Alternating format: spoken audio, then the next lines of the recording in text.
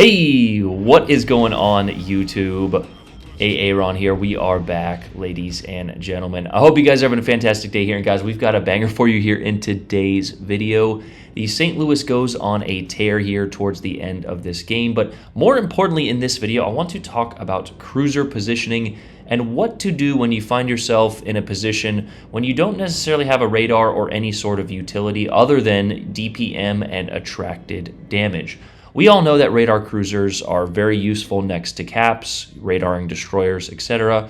But what happens when you find yourself in a position like this, when you don't necessarily have spotting the entire game or really the ability to go out and get those destroyers? So you're going to have to rely on your situational awareness, your positioning, and reading game flow. We have done these videos numerous times, but I felt like it was time to do one in sort of these agile kiting DPM cruisers, and we actually just have a really fun game here in the St. Louis. The damage total isn't quite impressive in the beginning of the game, but as we always mentioned, it's not necessarily how you start, it is how you finish.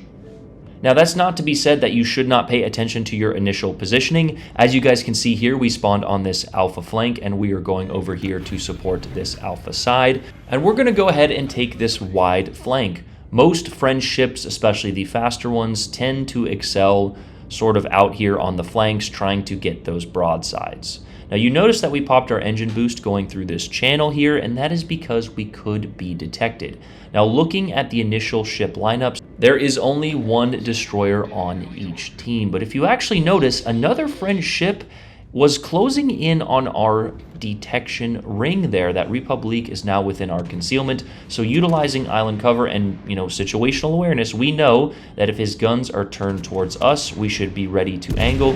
And it looks like he is. So we're going to go ahead and flick that right rudder there. We're also paying attention by the utilization of overview camera here of any other incoming salvos. You can see us kind of pan to the right there, but nothing else is spotted, and we are also not detected. We also are looking at the seaside, and we note that no ships are spotted in that Charlie cap, which gives us a good inkling that the destroyer is on that side in that cap. So because we have support on this flank, and because that Republique put out a single fire, we are going to try and edge this corner here and get him back on a permanent single, if not a double fire. Putting out a single fire in a battleship is never a great idea, and this is a great example why. Sitting here now, this Republique is on damage con, and we basically have free reign to take a good 30 to 40k of his health. A huge shout out to our destroyer who maintained spots and also got caps here. If that destroyer had gone to the center of the cap, and this is one of those unique situations where playing the spawn that you spawned at is not necessarily the best way in this, again, a cap like this where the spawns are on the left and right. So a huge shout out to that destroyer. And with that double fire there, this Republique has now lost 30k. He is being shot at by multiple different ships. And yeah, this guy is going to go down. Here's another lesson for all of you lads and lasses out there. As soon as you catch a double fire on a ship and it shows you broadside, go ahead and switch to the AP, especially in a ship like the St. Louis, where you don't have the absolute best AP ballistics. However, you can see there with a few of those salvos that did connect, we were still getting 5, 6, 7, 8,000 damage on a few of those penetrations. And here I do apologize, we were inviting that bot, Airsoft Alphonse, and he joined the party, and I believe my sound was hooked up through OBS when we were recording this, so you're going to hear a little bit of Alphonse in the background. I'll try to mute that, because, yeah, he's just obnoxiously annoying. But anyway, back to the strategy portion of this video. Here we have a USS Cleveland. Why he was not supporting his Republique, I'm not entirely sure, and this is a great example of the differences between two cruisers. Now, of course, this Cleveland is down-tiered, and he is a lighter cruiser with less armor potentially than us, and, less overall health. So he definitely wants to utilize island cover, but sitting at the back of a map in a cruiser, not supporting your teammates, spamming HE at max distance is the absolute worst way to play this class. Now, personally, I believe the cruiser class is the least understood and worst played class when you look at it objectively throughout the entire game. Even those moronic battleship players and those clueless destroyer players will eventually put themselves in the right position one way or another. but very often you will see cruisers just so far out of position, hiding behind islands, not really affecting the game in any way. And here is a good example of the stark contrast of the two. Now, if you actually look at the opposite flank, sort of a reverse, black hole is going on. We are strong over here on this alpha side, and our team got obliterated at that Charlie side. So instead of chasing this cruiser to the back of the map, we are going to look at the minimap and read game flow, and this is the point of the game that I was speaking on earlier. Looking at the map here, we can see a mass force of our battleships is headed through over to Bravo, and good on them for trying to push their advantages and exploit a weakness in the enemy, we will call it. However, if you look at game flow like we talked about, a vast majority of those ships over there at Charlie are now working their way over to Delta.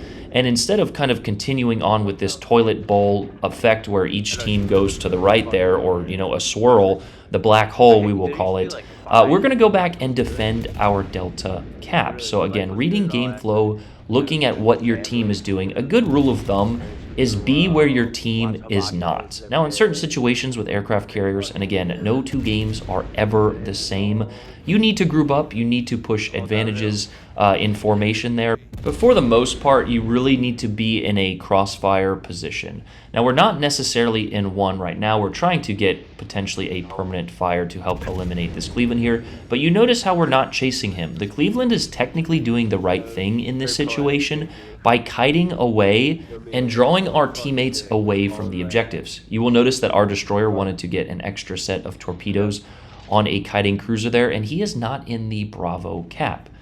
Another little rule of thumb is to never chase kites. And kites are when a player like this Cleveland here is sort of running, or kiting as they call it, to the back of the map, as we take a little cheeky blind fire here against that breast as we move once again between island concealment and cover, as we actually managed to connect 2 shells there.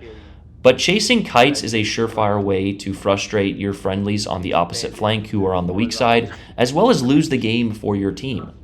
We all know a situation where you have tried to hold the flank that you spawn at, and you're facing 5 or 6 enemies, and your team is just off in no man's land being useless. That is, I tell you, man, there's not a more frustrating situation in this game. But speaking of fun situations that I love to find myself in, here's a situation where we have 3 of our reload boosters remaining, a little bit of island concealment here. Now, I decided to take the far out approach. As you can see, one of our ships sail broadside. And the only reason that we didn't stay behind this island here is to gain additional angles from the rest of our team. You can see that we actually have a battleship on the inside as well as a cruiser pushing out in that direction. So truthfully, I wanted to get wide in the open ocean there on the south side of the map. However, that plan has since been altered. As you can see, this Massachusetts is aggressively pushing forward, and we wouldn't really have the concealment without sailing broadside due to this large island cover here. And here, once again, is a great example of 2 separate ships. Our Tulsa decided to sail broadside into the mass formation of the enemy and then pop his radar, and you can see that he was eliminated in a few quick salvos.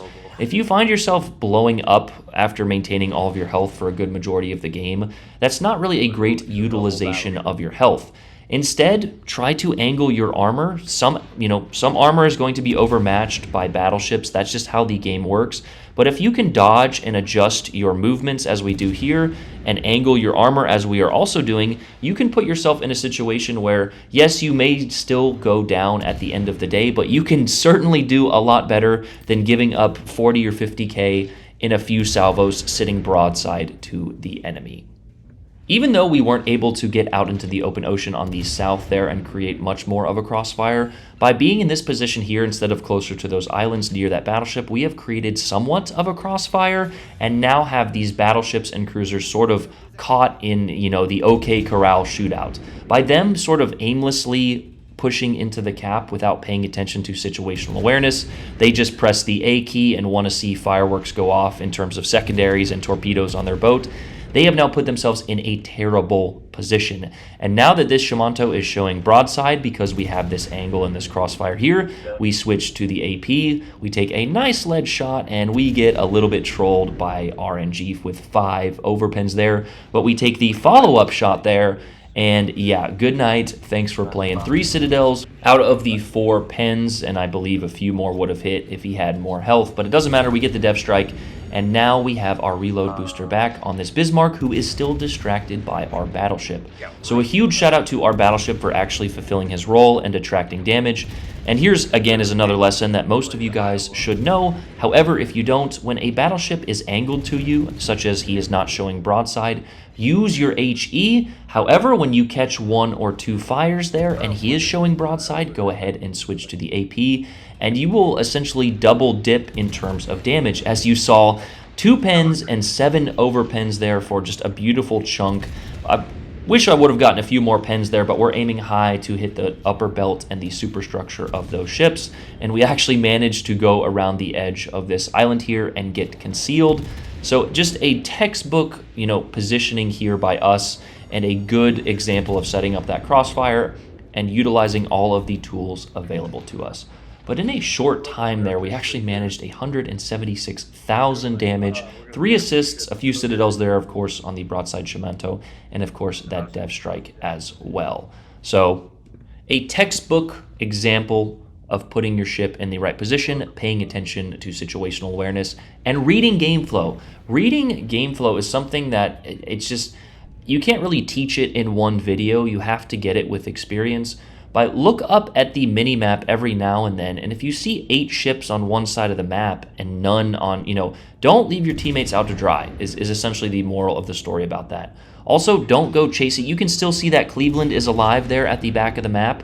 Imagine if our team had decided to chase him instead of turn back towards the mass of enemy ships that were on our weak side. Instead, our team possessed game flow, they had situational awareness, and the end result is in our favor as we managed to get ourselves all the way up to about 180,000 damage here with a permanent fire on that Minnesota. But before we can utilize our last remaining reload booster, the game ends as our team reached 1,000 points. I saw a post on Facebook the other day of someone not knowing that at tier 7, but anyway, there. A nice little second place finish actually with a 2650, but a pretty good damage total in return. So when half of your team fulfills their roles, it just makes the game so much more enjoyable. So if you are looking to better yourself in cruisers, pay attention to the points that we made in this video here. So I hope you guys learned something from that. You guys have a fantastic day here. I love you guys. Aaron out. Peace.